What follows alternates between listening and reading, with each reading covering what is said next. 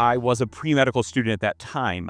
I am now a surgeon and a clinical professor at Michigan State University in the United States. Armenians have had social constructions in our culture that have allowed internationalism throughout the millennia. One of my favorite constructions that I think that we are all very familiar with, even though you may not be familiar with the word, is Hayran Isachun, which is compatriotism.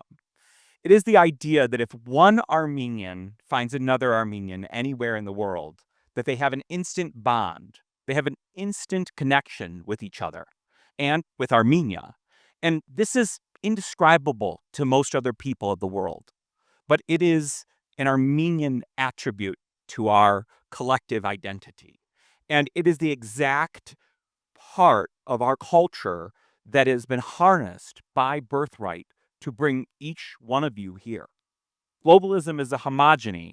It makes everybody the same, whereas transnationalism is an exchange from one country to another and back to that first country. Birthright fosters transnationalism, and I think transnationalism is becoming more and more important for the Republic of Armenia, particularly given its current stature in the world, its culture, its society, its technologic environment, its politics, and its economy. In my own story, I came in 2004 and I was a pre-medical student. I was not looking for a volunteer experience that was just transactional.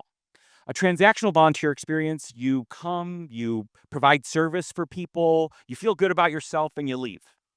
But that's all you're leaving with. I was looking for a more transformative experience. And what Birthright does better than anybody else that I've seen in Armenia is provide a transformative volunteering experience. Because when I showed up as a pre-medical student. That's not how I left. I left with a perspective. I left with a opinion. I left with skills and knowledge that I would have only obtained from a transformative volunteer experience. While I didn't stay in Armenia after my experience, I came back multiple times. But what was most important is what I took with me. I took a little bit of Armenia. And I took Armenia and I extrapolated that over 10 years of medical education in the United States. And every time I learned something new clinically, learned something new from a public health standpoint, learned something new as far as my medical education, I came back to Armenia and gave back to Armenia. And I had another transformational experience and I learned more. Every time I went from the United States to Armenia and Armenia back, I took something good from one country, brought it to the other, and took another thing back to the original country. And I've done that now, not just in the United States, but all over the world. I have gone to Guatemala. I have gone to West Africa and Liberia. I've gone to Southeast Africa in Malawi. And today, I am one of the principal surgeons in the Magi Malawi Foundation. In this foundation, we set up a sustainable clinic in a country that had no ear, nose, and throat doctors and no head and neck surgical oncologist, which is my field. 20 million people are now served by our organization. But it is the lessons that I learned in Birthright Armenia and the volunteer experiences that I had after Birthright, that I modeled after Birthright as transformative experiences over and over again, that allows me to do what I do in Malawi. I would like to make sure that everybody is bringing the best of what they have in the world to Armenia and the best of what Armenia has back to the rest of the world. Thank you. I never thought that I would take time off from my career to volunteer. I've always been very focused on climbing that corporate ladder. But back in 2019, I decided to take a break from that corporate grind and travel, which eventually led me to Armenia. I'd planned to stay here for about 2 months, but as I'm sure many of you, I ended up extending my stay and stayed here for about 5 months, working at the American University of Armenia and at the Football Federation of Armenia. I fell in love with the lifestyle, with the spontaneity, but most of all, I fell in love with the potential of Armenia. Moving to Armenia, making such a massive life change, it seemed so scary. It seemed so big and so final. But I kept asking myself what I wanted in life in general, and I kept coming back to Armenia. Now, I didn't make a vision board, but I spoke enough about it that I think I willed my vision to life. After a short 4 months from moving, from the day that I moved to Armenia, I was actually named as the head of the tourism committee. Now, there is a Japanese concept called IKIGAI, meaning a reason for being, a motivating force that gives a person a sense of purpose, a reason to wake up in the morning.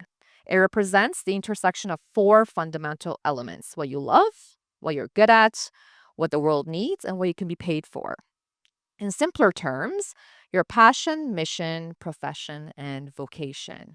Where all of these four things meet, this is called ikigai. If I really step back and really consider my life today, there's a sense of peace and balance that I've never really experienced before. And it may all seem like a little bit of luck. It may all seem like a little bit of the opportunity just fell into my lap. And I certainly hadn't really planned for it, and neither did I know that I wanted it, but it still somehow appeared in my life. But it all started with a simple step. Quite risky for some even called me brave, but to me it was a natural step in my journey of life. Do me a favor, everybody take out your phones. Some of you already know this exercise because I do it every time I talk. Take out your phones, please. Go to Instagram and type in armenia.travel. Those that already follow, don't worry about it. But if you don't, please go to Instagram, type in armenia.travel and click follow. This is the official tourism account of Armenia. Now, why am I asking you this? Because there's a lot of controversial, negative, sometimes sad information being shared about Armenia all over the world. And I think we need to change that narrative. There's not enough good things being shared in the world about Armenia. And I think your network, your friends should also see what a beautiful destination Armenia is, and they should consider it as their next tourism destination. You don't all have to move to Armenia and work for the government. In fact, I would not recommend it. Don't tell anybody I said that. But I do hope that you do feel a connection still, especially after Birthright. I'm sure many of you do. So that's the reason you guys are all here. And you could translate that connection into tangible steps in contributing to the betterment of our country, which all of you, in some way, shape, or form, are already doing. That's our responsibility. In fact, that's our privilege. What I've done so far, I've done it for Armenia. I've started my talk by saying that I didn't come to Armenia to save it. It turns out, after living here for a bit, Armenia has saved me. I'm actually here today to talk about something I'm not super proud of. I was born and raised in Fresno, California, which has been home to an Armenian diasporan community since the late 1800s. The city of Fresno decided to demolish 5 historically Armenian homes that had been sitting there vacant, but since the early 1900s. On Sunday, May 31st, 2020, I decided to take the long way home and drive by the homes. And I noticed that some of the boards had been pulled off of the doors to one of the homes, and that people were inside. So I called the local non-emergency line, waited for someone to come and show up. No one did. And 4 days later, in the early morning of June 4th, a fire started that burned down 2 of the 5 homes. After the fire, I was galvanized to try to protect the remaining homes. So I started communicating with local Armenian organizations to drum up community voices of support. I developed a community outreach plan and started to implement listening sessions with community members, Armenian community members, to coalesce around a shared vision for what the homes could be. The homes had been behind a privacy fence for 2 years. We hadn't heard anything from the city. They had not outreached to the Armenian community members. And then, like a month and a half ago, in between when I submitted it and now, there was a press release, a news article, and a ribbon cutting for 3 historically preserved, and I put that in quotes, historically preserved homes that will be home to 3 new families once again. This result is bittersweet for me. The potential of the homes to be a place of celebration and community was muted at best. My discussion with you here today is bookended on either side by speakers with amazing stories of diligence, fortitude, and vision. They provide us with lessons, real world examples, and inspiration to continue collectively working towards an Armenian narrative of resilience and tenacity. But if you find yourself unable or unsure of how to take action, paralyzed by the numerous voices telling you how and where and when, know that your experience is represented up here and around you as well. Making impacts, utilizing a startup mindset is the topic of the talk. I'm Nigel. I was Birthright Alumni around like 2011, 2010-ish. I kind of sort of first fell in love with Armenia 2009, or at least a girl that was here. Anyway, a little bit about me.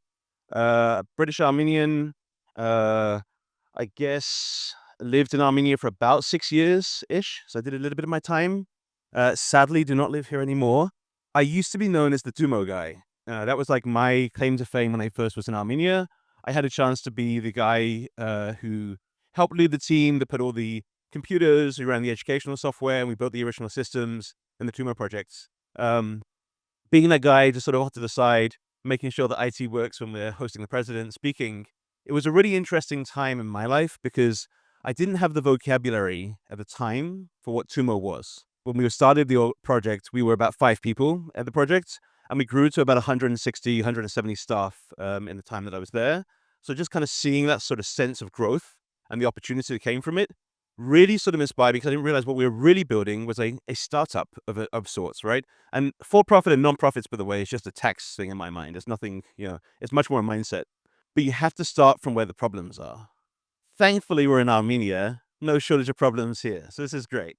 But I fortunately, I didn't realize that necessarily while I was here. And that opportunity has become more apparent to me. But after Armenia, I've had some very privileged roles. I was the global entrepreneur in residence at the University of Colorado in Boulder. I was also the global entrepreneur in residence for the state of Alaska.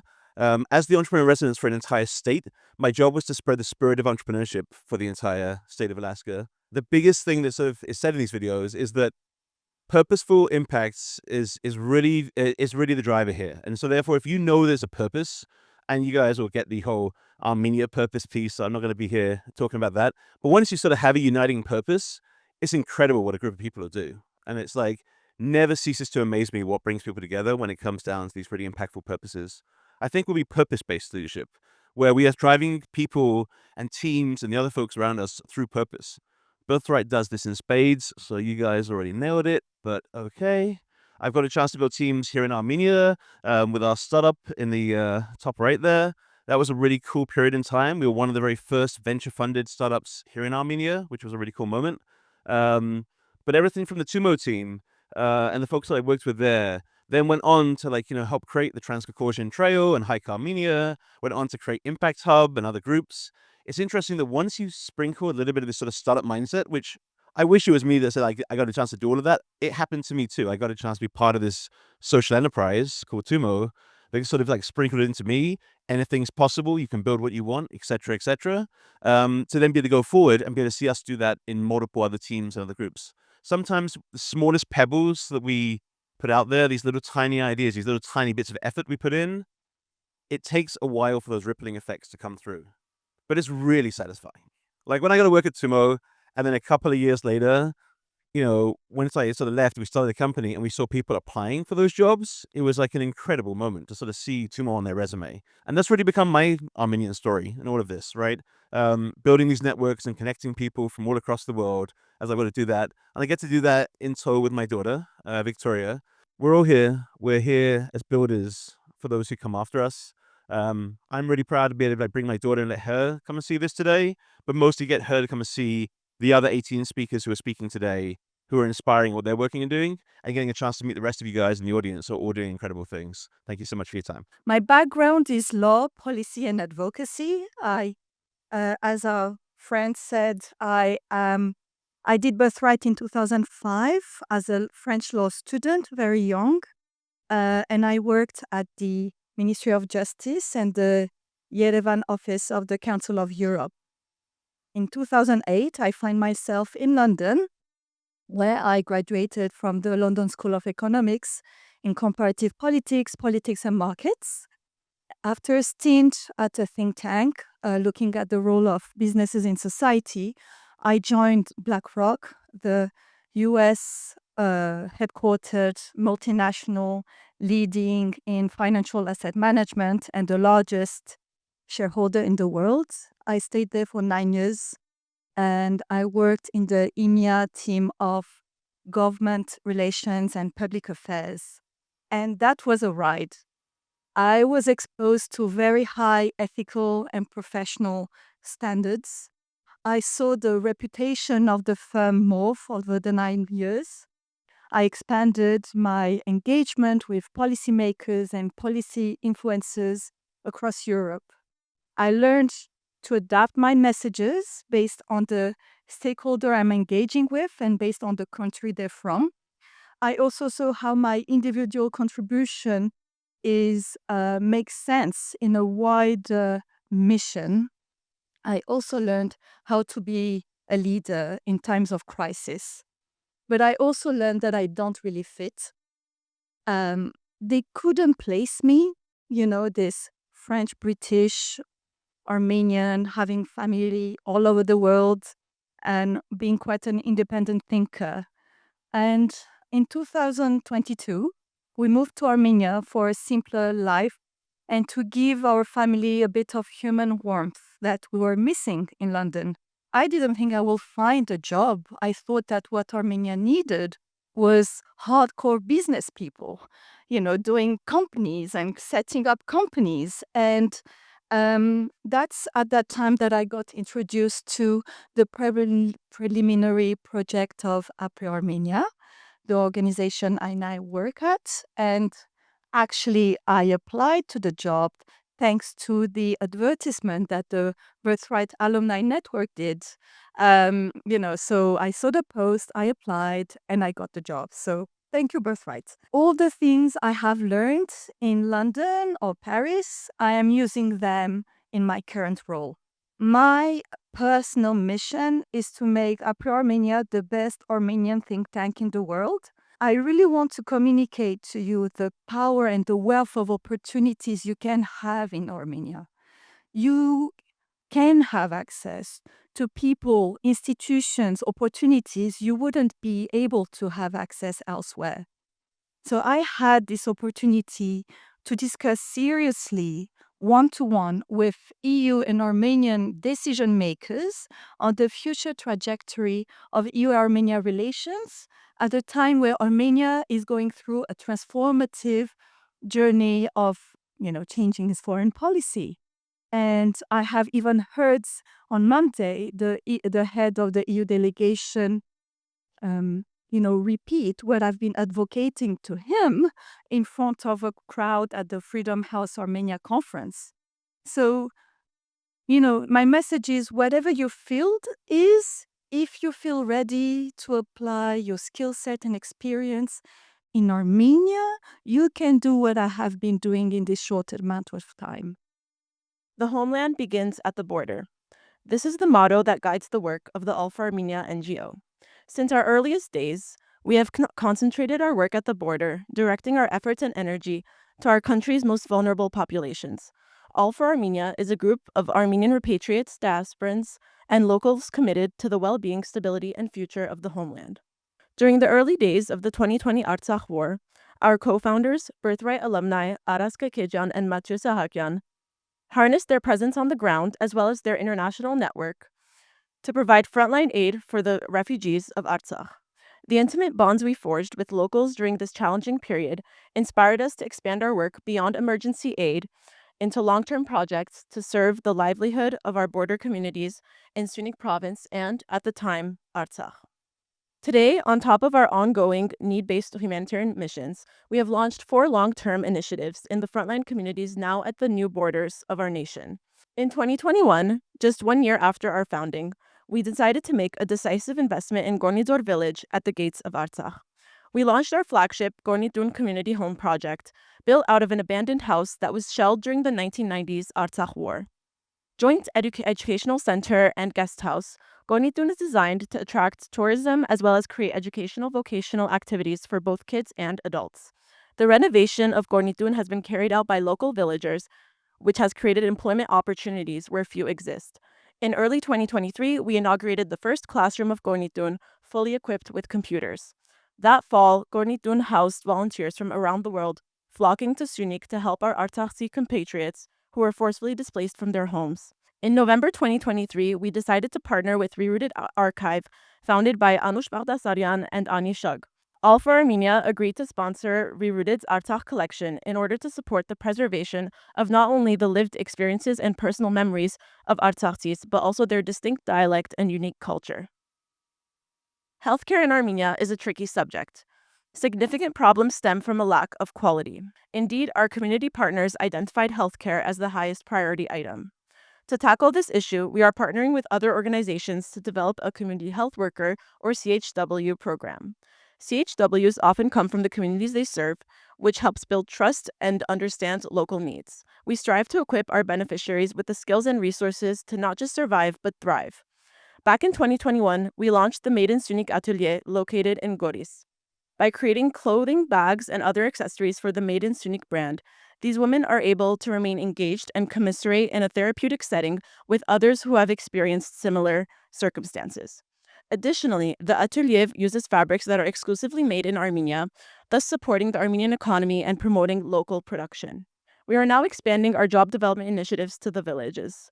We are currently in talks with the Sisian branch of the Armenian National Agrarian University to install a community greenhouse in Gornizor village. Our vision is to employ a group of local women to cultivate the greenhouse and sell the produce both regionally and nationally. Where do we go from here? It is our collective responsibility to love and serve our homeland, not only during moments of tragedy or victory, but in that liminal space where development and education flourish. Thank you for your attention.